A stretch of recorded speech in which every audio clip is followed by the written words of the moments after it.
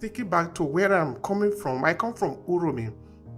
When I was growing up, my father was still there. We were going to church, and my father wasn't going to church, but he never had any problem with us going to the church. In Voodoo religion, for example, which is in Benin, because he is coming from Benin Republic, it's not strange for somebody to be a Voodoo practitioner and also be a Christian. I have a curiosity. You see, in the beginning, I said that how I started to write this 5-part book series, the storytelling series for content creation and small businesses, which of course you can find on Amazon. The 5 books are available there. It was based on the research that I carried out here in Verona, which is in the northern part of Italy. So at a point, I have to also talk to some other Africans who might not necessarily be here.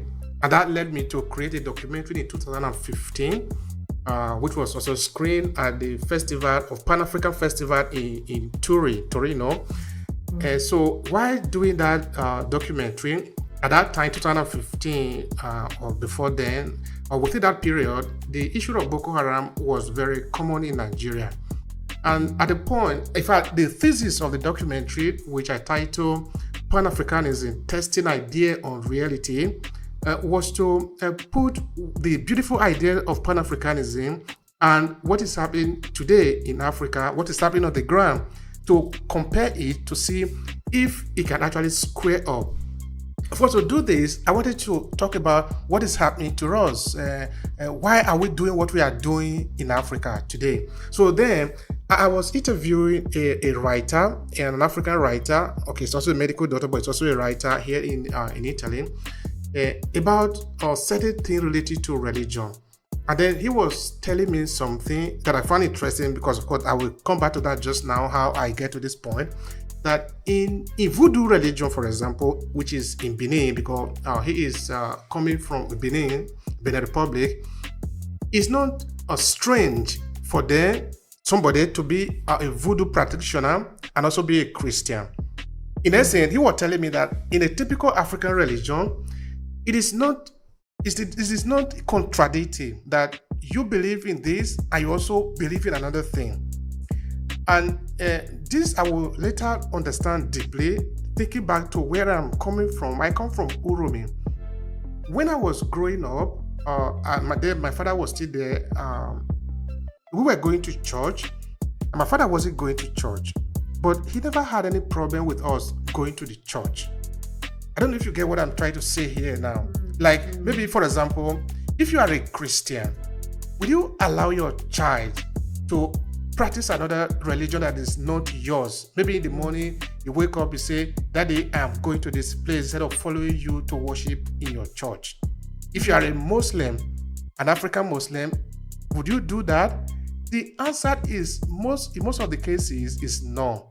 So I'm trying to understand here, if you want to say anything more about that idea. Please. African cultures and regions have different belief systems.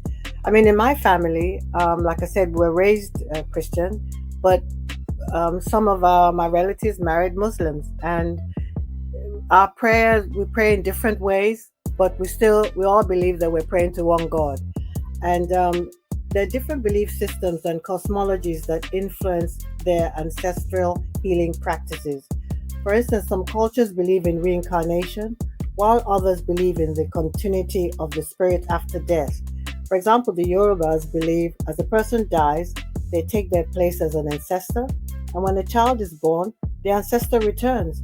That's why and there's continuity, and this is reflected in the names, like Babatunde, Yabode, which means father come back, mother come back. So even in the names, there's an understanding that there is some level of continuity there, that the ancestors, they go and then they come back in different form. And the interesting thing, I think, is really beautiful. They say when a baby is born, it has had a conversation with an ancestor, and they have passed each other as one is coming, the other is going, one is coming. And that's why when a child is born, we believe that that child has come with such wisdom and knowledge and information that it can't tell us as a baby, but it has been given that through the ancestors. And different cultures have unique rituals and ceremonies to connect with their ancestors. Some cultures, again, like the Yorubas, they have divination methods, such as reading cowrie shells, and others they do different types of healing practices. I mean, almost all African cultures consider ancestor veneration or honoring as an essential and widespread aspect of ancestral healing practices. Thank you so much for that. Thanks for all of you that are joining in. I just see Dr. Mansha. Thank you for coming here. At the point, we are going to ask some of you that are there in the audience to maybe express what you feel about the conversation, because Yes, we please. want to also hear from you.